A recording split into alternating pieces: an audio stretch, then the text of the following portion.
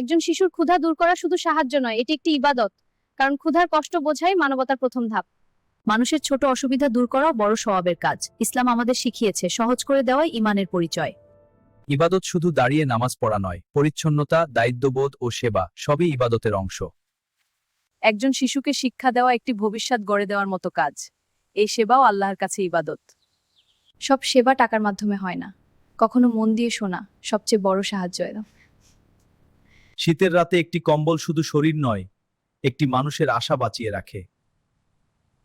অসুস্থ মানুষের পাশে দাঁড়ানো মানবিক দায়িত্বের চেয়েও বড় কিছু। এটি দয়ার ইবাদত। রক্তদান মানে জীবনদান। একটি জীবন বাঁচানো পুরো মানবতার সেবা করার সমান।